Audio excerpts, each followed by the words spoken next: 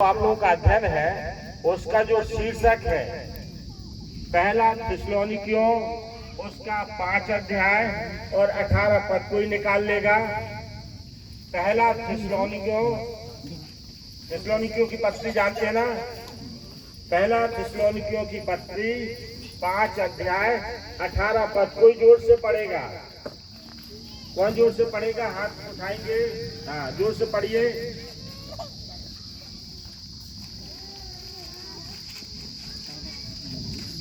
Australia में हमारी एक सिस्टर है जिनका नाम है मेंटर एलिसन।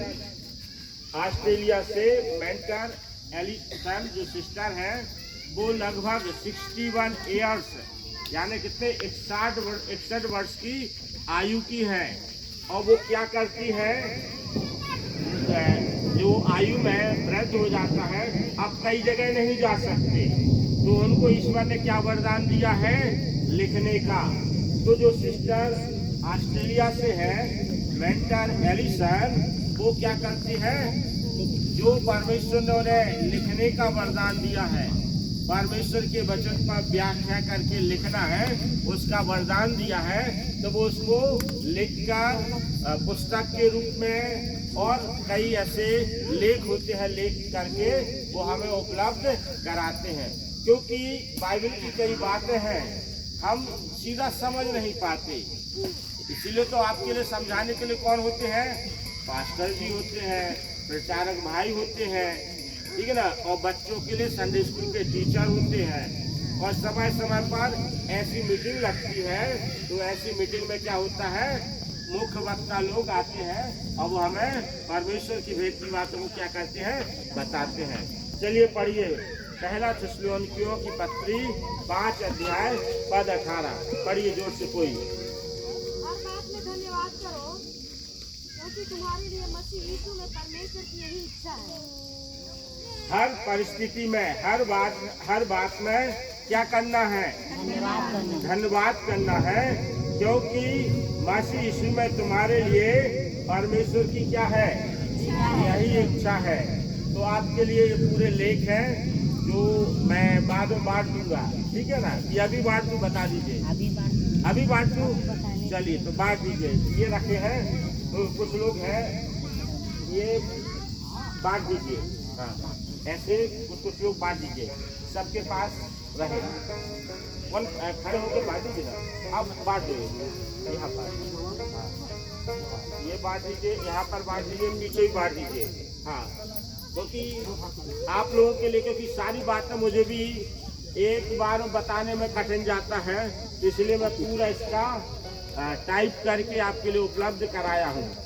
हाँ, सबके लिए दे दीजिए फटाफट और सुनते जाएंगे, ठीक है। यही बात लीजिए आप।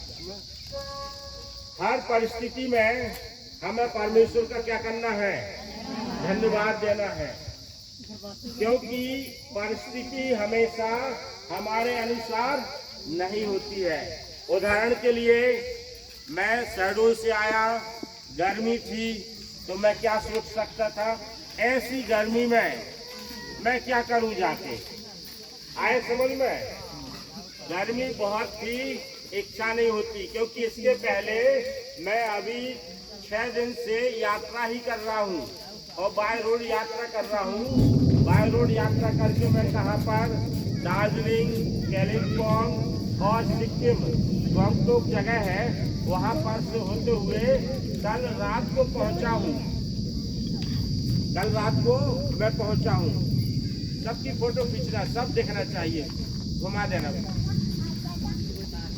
तो इच्छा नहीं थी आने की, लेकिन मैं पहले से क्या कर दिया था, हमारे पास्टर सिक्का जी हैं और सिक्का जी हैं, इन सबसे पहले मैं प्रॉमिस कर दिया था मैं आऊँगा।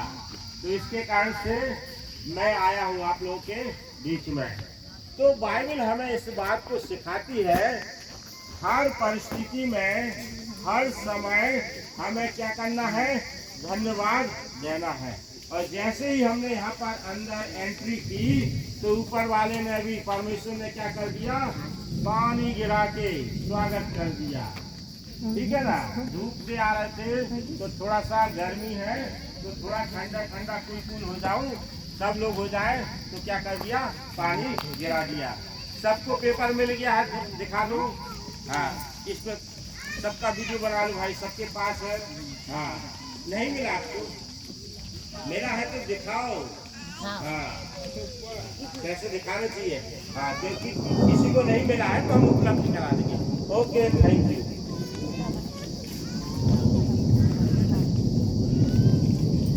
तो यहाँ पर जो लिखा है, हाँ, उसके बाद क्या है, पद के बाद लिखा है, परमेश्वर से प्रेम करने वाले और यीशु के जो सच्चे अनुयायी होने के नाते हमें अपने अंदर सच्चा और उत्साही धन्यवाद परमेश्वर का हृदय विकसित करना चाहिए। हमारा हर दिन आनंद से भरा हुआ और कृतज्ञता से भरा हुआ और परमेश्वर के प्रति धन्यवाद से भरा होना चाहिए। तो ये जो बाइबल का पद है हमें इस बात को प्रोत्साहित करता है कि हमें हर समय परमेश्वर का क्या करना है, धन्यवाद देना है, परमेश्वर की महिमा करना है, परमेश्वर का जय जयकार करना है। क्योंकि परमेश्वर ने आपके जीवन में, जब आप अपने जीवन पर विचार करेंगे तो पाएंगे कि परमेश्वर ने आपके जीवन में कितने अनगिनत उपकार किए हैं। कितने उपकार किए बता सकते हैं कोई? परमेश्वर हमें क्या क्या देता है? परमेश्वर को मैं धन्यवाद क्यों दूं? ठीक है ना, मैं परमेश्वर को धन्यवाद क्यों दूं? कोई कारण होना चाहिए, नहीं तो दूसरे लोग तो फिल्म देखने में आनंद उठाते हैं, अन्य चीज काम में आनंद उठाते हैं, लेकिन हम परमेश्वर का धन्यवाद क्यों दें? बताइए, परमेश्वर ने आपको क्या क्या दिया बताइए। हाँ बताइए, क्या? हाँ बताइए, उनको रिकॉर्ड करिए इनका। इन्होंने बोला है परमेश्वर ने हमें कितना सुंदर जीवन दिया है। दिया है आप लोगों को सुंदर जीवन के लिए? दिया है। और परमेश्वर ने आपको और क्या दिया है? हमें अपनी महिमा के लिए बनाया। ऐसी और भी चीज बताइए आप कि परमेश्वर, जल्दी बताइए, क्योंकि समाज क्या क्या दिया है ईश्वर ने जो दूसरों के पास नहीं है। कल्पना कीजिए, खाने को हमारे पास है कि नहीं? हाँ तो बोलिए, ईश्वर हमें खाने के लिए, पीने के प्रतिदिन का भोजन देता है। देता कि नहीं देता? और ईश्वर ने आप सब लोगों को अच्छा क्या रखा है? स्वस्थ रखा है। रखा स्वस्थ कि नहीं रखा? नहीं तो आप देखिए शहर में लोग खा खा के कैसे हो जाते हैं, कैसे हो जाते हैं, मोटे हो जाते हैं। मोटे हो जाते हैं तो फिर क्या होता है? बीपी, कहीं बोले बीपी हो जाता है और शुगर हो जाता है।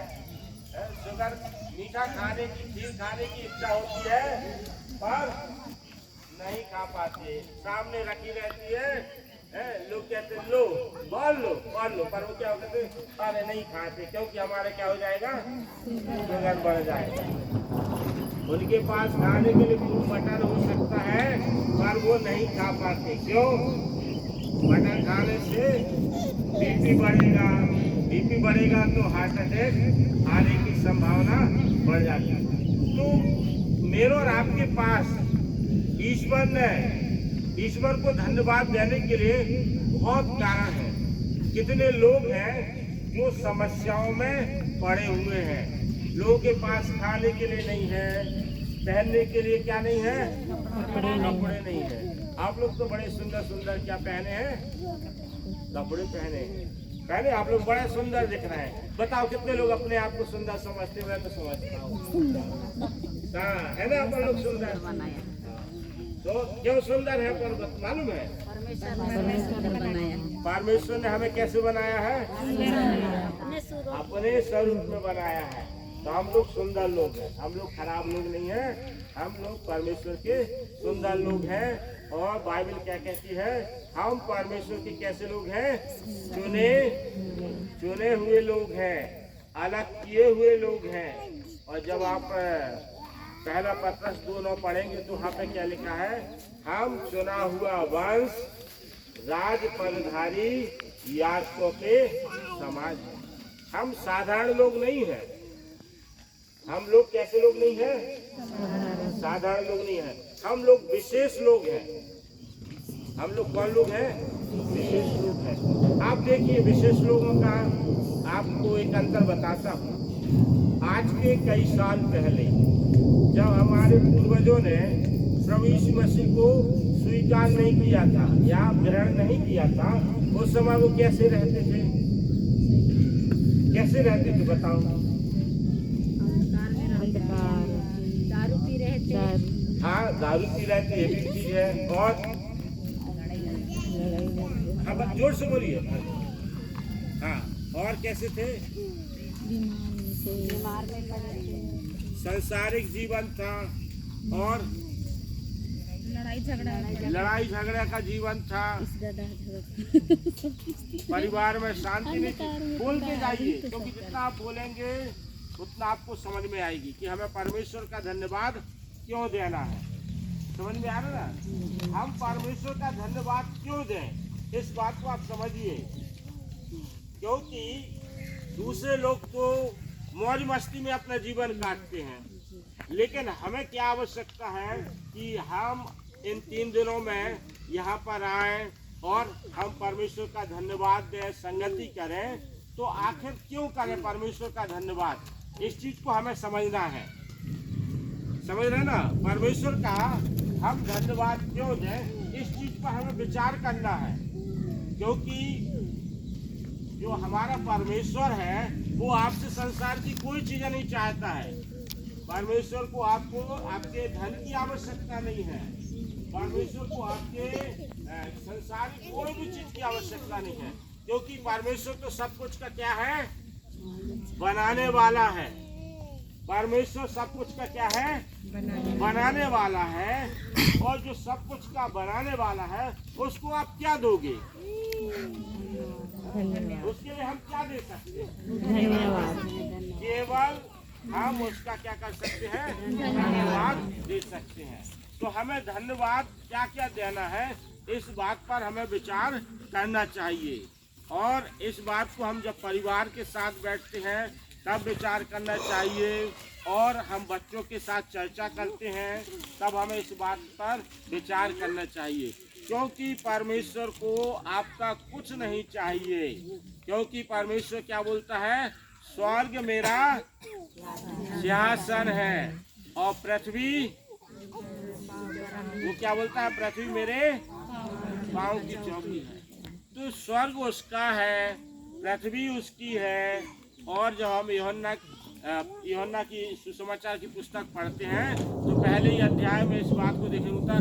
जो कुछ हमें ये सब देखने को मिलता है, कुलुस्सियों की पत्री में भी पौलुस प्रेरित 3 अध्याय में लिखता है कि जो कुछ हम देखते हैं इस संसार में, वो सब कुछ का सृजनहार या बनाने वाला यदि कोई है तो वो कौन है?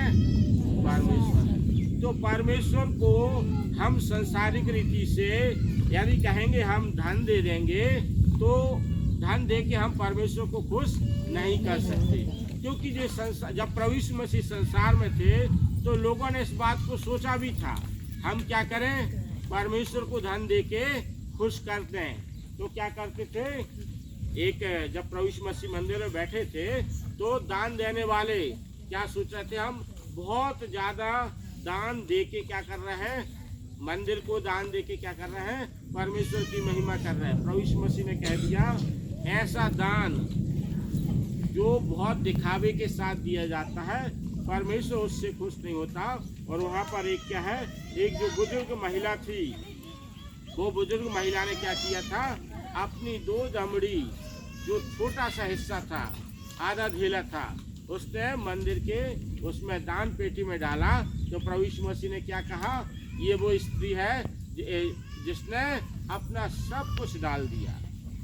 तो परमेश्वर के लिए यदि आप सोचेंगे कि दान तो हम और आप कितना दान देते हैं, अन्य जाति लोग देखो तो मंदिरों में सोने का मुकुट देते हैं, सोने की वो खड़ाऊ होती है ना, तो चले जाइए कितना देते हैं। इतना तो हम और आप कुछ नहीं देते, तो दूसरे लोग कितना देते। लेकिन परमेश्वर इस बात को चाहता है हम उसका क्या है, धन्यवाद देने वाले बने रहें। कोई पढ़िए इफिसियों उसका 5 अध्याय का 20 पद। और सदा सब बातों के लिए हमारे प्रभु यीशु मसीह के नाम से परमेश्वर पिता का धन्यवाद करते रहो। हाँ, एक और है इब्रानियों 13 का 15 निकाल लेंगे। हम उसके द्वारा परमेश्वर के लिए निरंतर स्तुति का बलिदान चढ़ाएं, अर्थात ऐसे होठों का फल जो उसके नाम का अंगीकार करते हैं। इफिसियों 5:20 में लिखा है, जैसा पढ़ा गया, हमेशा हर बात के लिए हमारे प्रभु यीशु मसीह के नाम से परमेश्वर का धन्यवाद करते रहो। जब आप धन्यवाद देंगे तो धन्यवाद किस नाम से देना है? प्रभु यीशु मसीह के नाम से धन्यवाद देना है। इस बात को हमेशा याद रखना। किस नाम से धन्यवाद देना है? सब एक साथ बोलेंगे, किस नाम से धन्यवाद देना है? प्रभु यीशु मसीह के नाम से। क्यों धन्यवाद देना है मालूम है भाई? हम धन्यवाद देना है प्रभु यीशु मसीह के नाम से देना, पर क्यों देना है? कारण कुछ बता सकते? क्योंकि हमारे पापों के लिए हमारे पापों के लिए हुआ, बलिदान हुआ, सही बात है। लेकिन धन्यवाद देने का कारण ये है प्रभु यीशु मसीह के नाम से। प्रभु यीशु मसीह के द्वारा ही हमारी पहचान किससे हुई है? हमारी पहचान किससे हुई है? परमेश्वर से हुई है। सही बोली है बेटी, ठीक है ना? हमें परमेश्वर से मिलाने वाला कौन है? प्रभु यीशु मसीह। सब बोलेंगे कौन है? क्योंकि और दूसरे लोग भी हैं अनजाने में परमेश्वर का, ईश्वर का, खुदा का, वो भी सब कुछ करते रहते हैं। लेकिन हमारी मुलाकात, हमारा परमेश्वर से मेल कराने वाला कौन है? प्रभु यीशु मसीह है। क्योंकि प्रभु यीशु मसीह इस संसार में आया और प्रभु यीशु मसीह ने परमेश्वर की जो सारी बातें हैं हमारे बीच में रखी और हमें बताया। तो हमारा जो मेल हुआ है, जो परमेश्वर के साथ सहभागिता हुई है, वो सब क्यों? प्रभु यीशु मसीह ने कराया। इसलिए प्रभु यीशु मसीह जब इस संसार में थे तो वो हमेशा इस बात को बोलते थे, जिसने मुझे देखा उसने पिता को देखा। जो मेरी सुनता है उसकी कौन सुनता है? पिता सुनता है। क्योंकि जो कुछ प्रभु यीशु मसीह बताता है उसे वो किसकी ओर से बताता है? पिता की ओर से बताता है। तो हमें जितना भी धन्यवाद देना है, परमेश्वर की बड़ाई करना है, तो हमें किसके नाम से करना है? प्रभु यीशु मसीह के नाम से हमें धन्यवाद करना है। हमें किसी के बहकावे में नहीं आना है। इसी के साथ जो इब्रानियों में लिखा है, हम उसके द्वारा परमेश्वर के लिए निरंतर स्तुति का बलिदान चढ़ाएं, अर्थात ऐसे ओठों का फल जो उसके नाम का अंगीकार करते हैं। हमें परमेश्वर को कैसे करना है? स्तुति रूपी बलिदान। स्तुति कैसे होगी? हम ओठों का बलिदान मतलब जो हम मुंह खोल के परमेश्वर को क्या करेंगे? धन्यवाद देंगे। परमेश्वर का धन्यवाद कैसे देंगे? मुंह खोल के, ओठों का बलिदान, ठीक है ना? मुंह खोल के हमें क्या करना है? परमेश्वर का धन्यवाद देना है। तो याद रखिए, सारी बातें किससे संबंधित है? ये धन्यवाद से संबंधित है। पेपर सबको मिला है ना? हाँ। जब यदि किसी को नहीं मिलता है तो फिर मुझे, क्योंकि इसमें सारी चीज़ें लिखी हैं, मैं ज़्यादा लंबा नहीं बताऊंगा, इसलिए आपको दे रहा हूँ कि आप अपने घर पर पढ़ेंगे। इसके बाद हम फिलिपियों उसका 4 अध्याय पद 6 से 7 कोई जोर से पढ़ देगा, जोर से पढ़ेगा। हमारा जो रिकॉर्डिंग चल रहा है वो उसमें आवाज़ आना चाहिए, क्योंकि मैं बाद में सुनता हूँ। फिलिपियों की पत्री अध्याय 4 पद 6 से 7। किसी भी बात की चिंता मत करो, परंतु हर बात में प्रार्थना और विनती के साथ धन्यवाद करते हुए अपनी विनतियां परमेश्वर के सामने प्रस्तुत करो। तब परमेश्वर की शांति जो सारे समझ से परे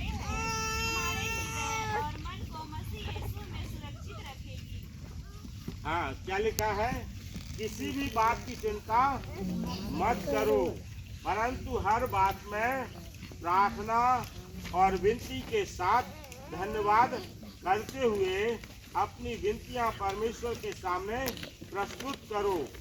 तब परमेश्वर की शांति जो सारी समझ से परे है तुम्हारे हृदय और मन को मसीह यीशु में सुरक्षित रखेगी। यहाँ पर पौलुस प्रेरित क्या बोल रहा है, क्या बोल रहा है पौलुस प्रेरित, किसी भी बात की क्या नहीं करना है, चिंता नहीं करना है।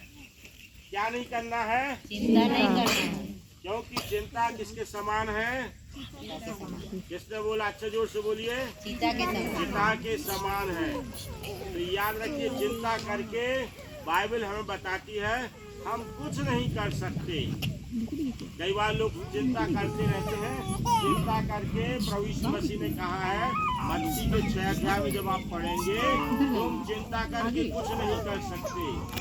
ठीक है, हमारा परमेश्वर पिता सब जानता है हमें किस बात की आवश्यकता है और किस बात की नहीं है। तो चिंता न हमें खाने के लिए करना है, न हमें पहनने के लिए करना कि हम क्या पहनेंगे। और क्या लिखा है, चिंता करके हम सिर का एक भी बाल उजला और काला नहीं कर सकते। तो चिंता करने की आवश्यकता नहीं है। और पतरस क्या बोलता है, पतरस 1 अध्याय 5 के 7 में क्या बोलता है, अपनी सारी चिंता उसी पर मतलब प्रभु यीशु मसीह पर डाल दो। जो आ रहे हैं थोड़ा जल्दी जल्दी आ जाएंगे, ये हमारे सब अच्छे लोग हैं। और पेपर बच्चा है तो उनको दे देंगे, ये रखा। हाँ, आ जाइए, बैठ जाइए। और ये जो पेपर है आप ले लीजिए। तो पतरस भी इस बात को बोलता है कि यदि आपके पास कोई भी चिंता है, कोई भी फिक्र है, तो प्रभु यीशु मसीह ने तो ऐसा बता ही दिया कि आकाश के पक्षियों को देखो, जो ना क्या करते हैं, रोते हैं और ना काटते हैं, तो भी परमेश्वर पिता उनको क्या करता है, खिलाता है।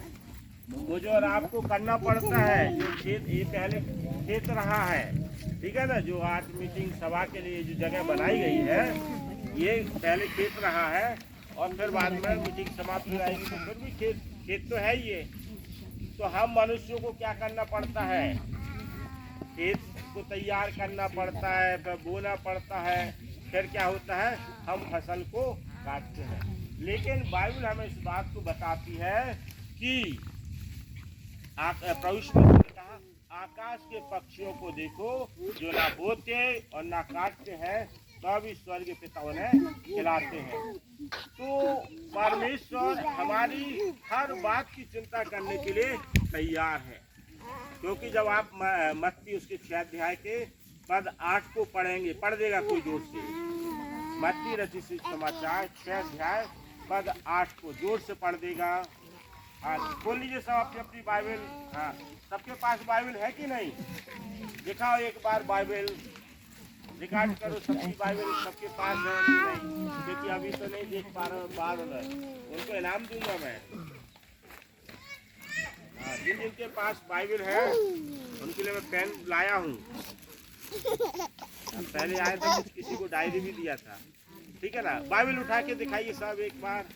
हाँ, क्यों उठवा रहा हूँ, हमारे पास में फौज से जुड़ा हुआ हूँ। और जब हम फौज से मतलब यार समझ गया, सैनिक होते ना, तो जब पाकिस्तान के साथ या चाइना के साथ किसी के साथ लड़ाई होगी तो फौज को ऐसे नहीं भेज देते कि चले जाओ। उनको क्या करते हैं, उनके हाथ में क्या देते हैं, हथियार देते हैं। क्योंकि जो शत्रु सेना है उससे लड़ना है तो हमारे पास हथियार होना चाहिए। इसलिए हमारा शत्रु कौन है, शैतान है। तो शैतान से हम कैसे लड़ सकते हैं, बाइबल के अलावा कोई हथियार नहीं हमारे पास।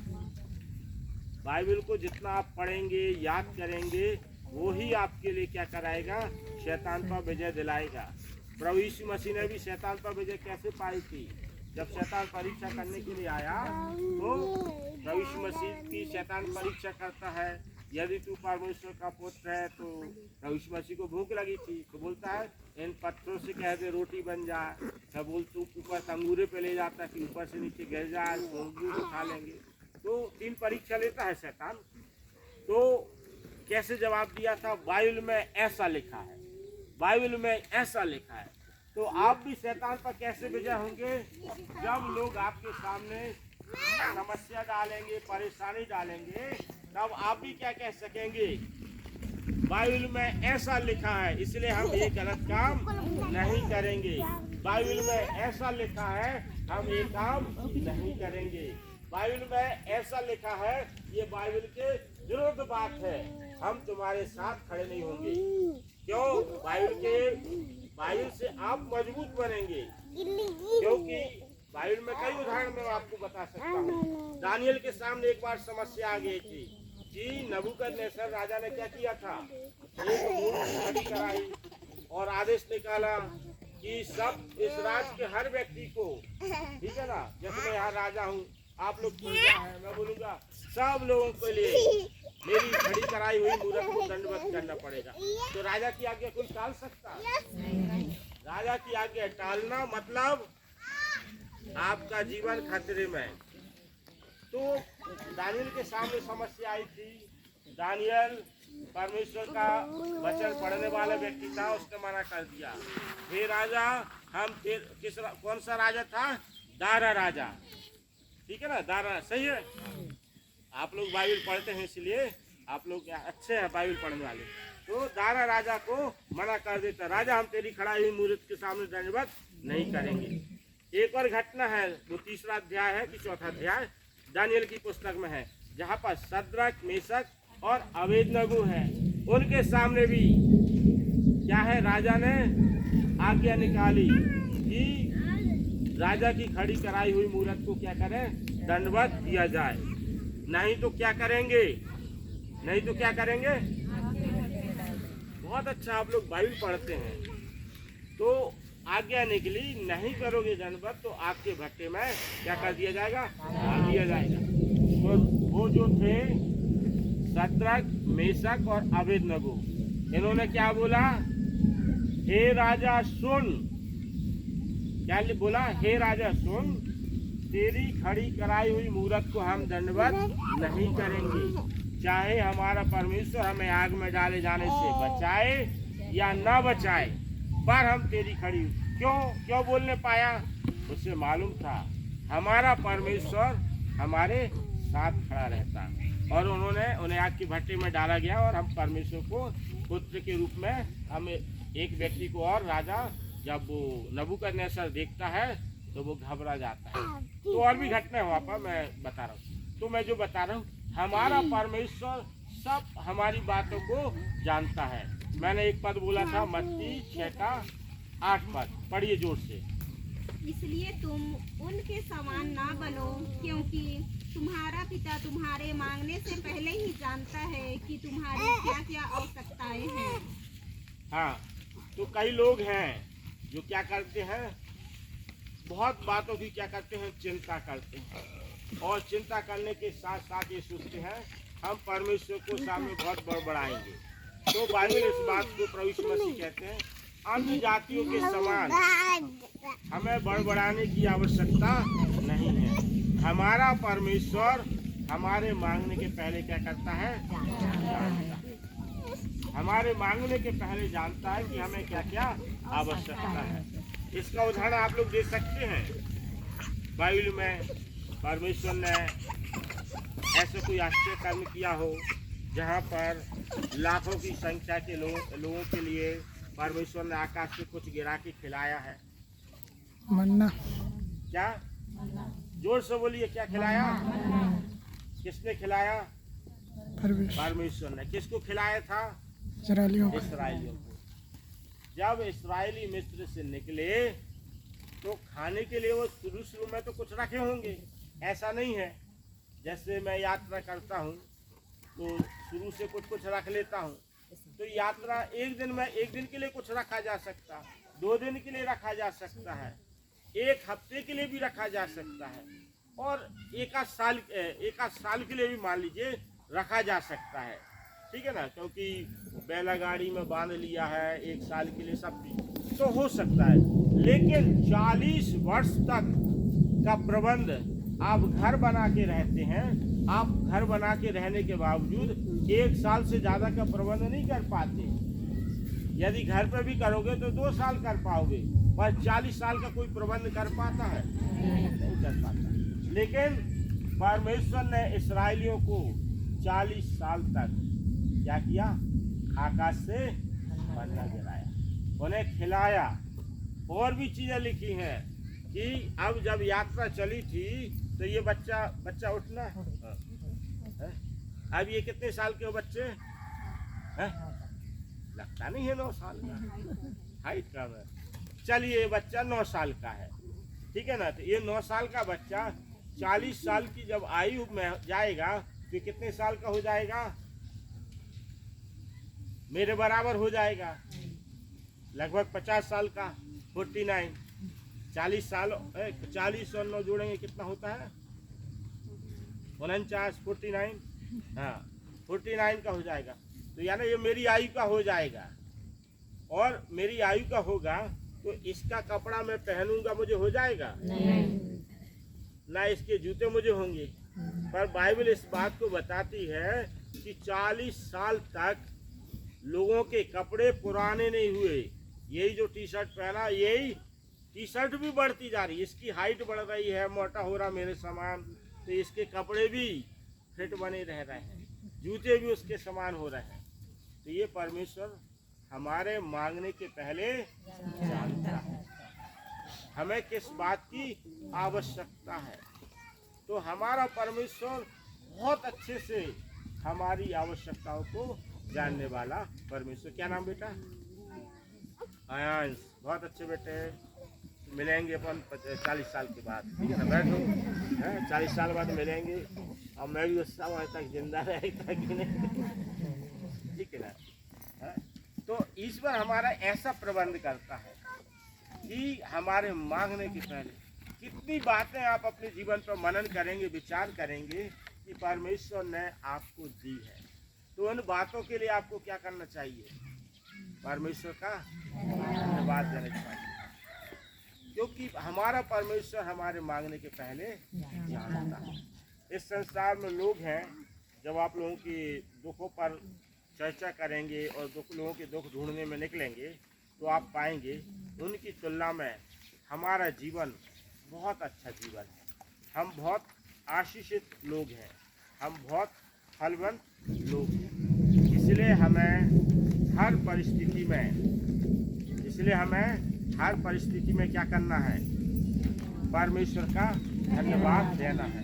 आप विचार करिए कि आपको परमेश्वर ने, क्योंकि बाइबल इस बात को हमें बताती है और राजा दाऊद इस बात को लिखता है, परमेश्वर ने हमें माँ के गर्भ से हमें क्या किया है? चुन लिया है।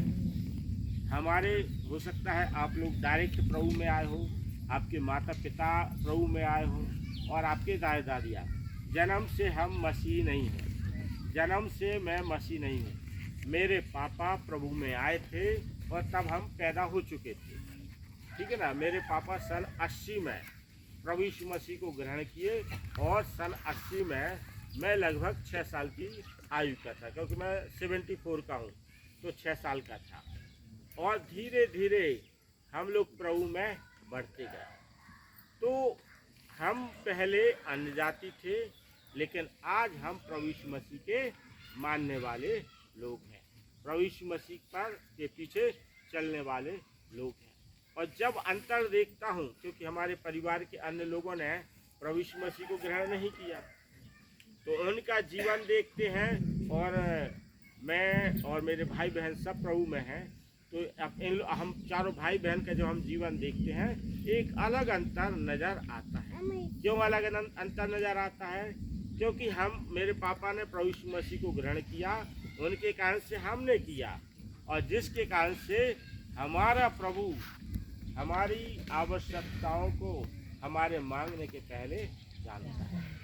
आप लोग भी देखिए कि आप लोग जब प्रभु में आए और जो प्रभु में नहीं आए, जब आप उनको देखेंगे और जब आप अपने आप को देखेंगे, अपने परिवार को देखेंगे, अंतर नज़र आ जाता है। आता है कि नहीं आता? हाँ, मैं तो अभी भी कोई प्रभु में आता है तो मैं उससे बोलता हूँ, क्योंकि कई लोग नए प्रभु में आते हैं, मैं बोलता हूँ अभी तो अपने पूरे परिवार की और घर के एक साथ फोटो खिंचवा लेना, अपने घर के सामने अपने जितने बच्चे हैं उनके साथ फोटो खिंचा लेना, और फिर 5 साल बाद फिर फोटो खिंचाना, आपको अंतर नज़र आ जाएगा कि प्रभु क्या अंतर लाता है। तो हमारा जो प्रभु है सब बातों में अंतर लाता है, सांसारिक बातों में भी अंतर लाता है, आत्मिक बातों में भी अंतर लाता है, और हमारे अंदर वो खुशी है, वो आनंद है जो प्रभु भरता है, वो संसार नहीं भरता।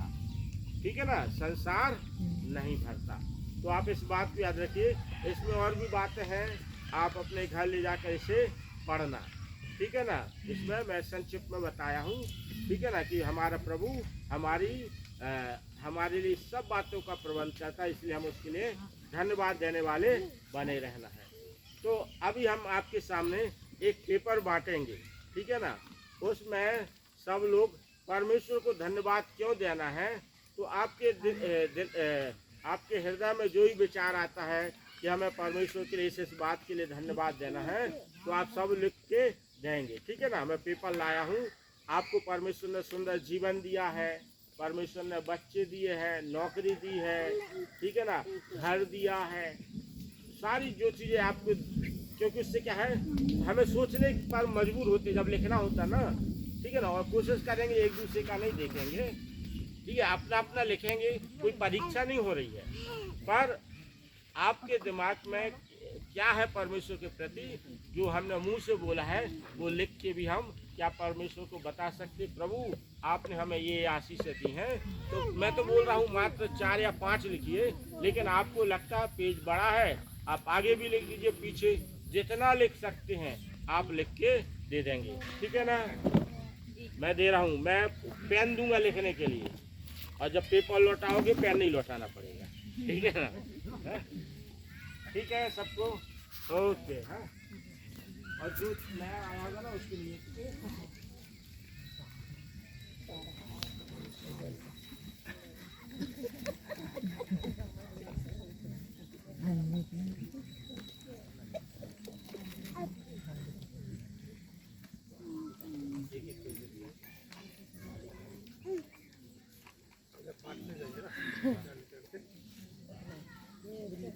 एक एक पेज बांट के और एक पेन सबको दे दीजिए, और सब धन्यवाद लिखेंगे। हाँ, बांट दीजिए फटाफट, लीजिए ये आपस में लीजिए। हाँ, ऐसे बांट दी जाएंगे, लीजिए। हाँ, लीजिए फटाफट। हाँ, लीजिए। हाँ,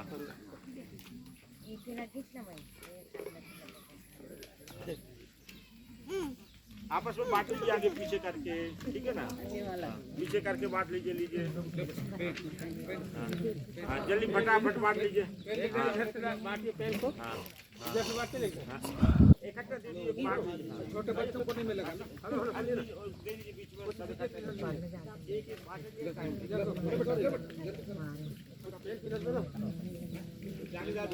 ले लो, पकड़ लो। हाँ, ऐसे इकट्ठा दे लो, बांट लो। बच्चे लोग को नहीं दूंगी ना, इसका बनाने वाला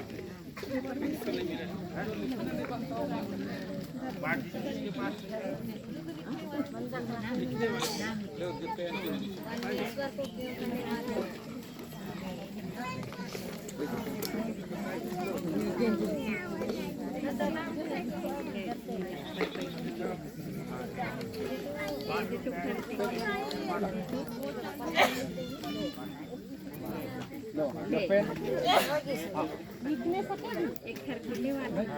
किसको नहीं मिला है बताएगा। पेन,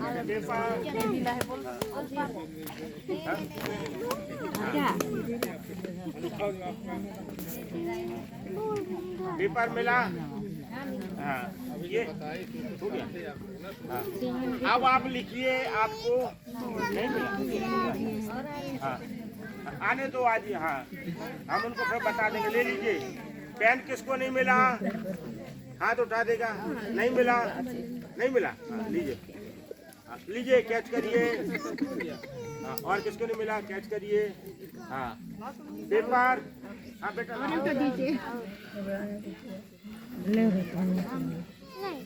सबको मिला पेन पेपर किसको नहीं मिला यहाँ बोला था। किसको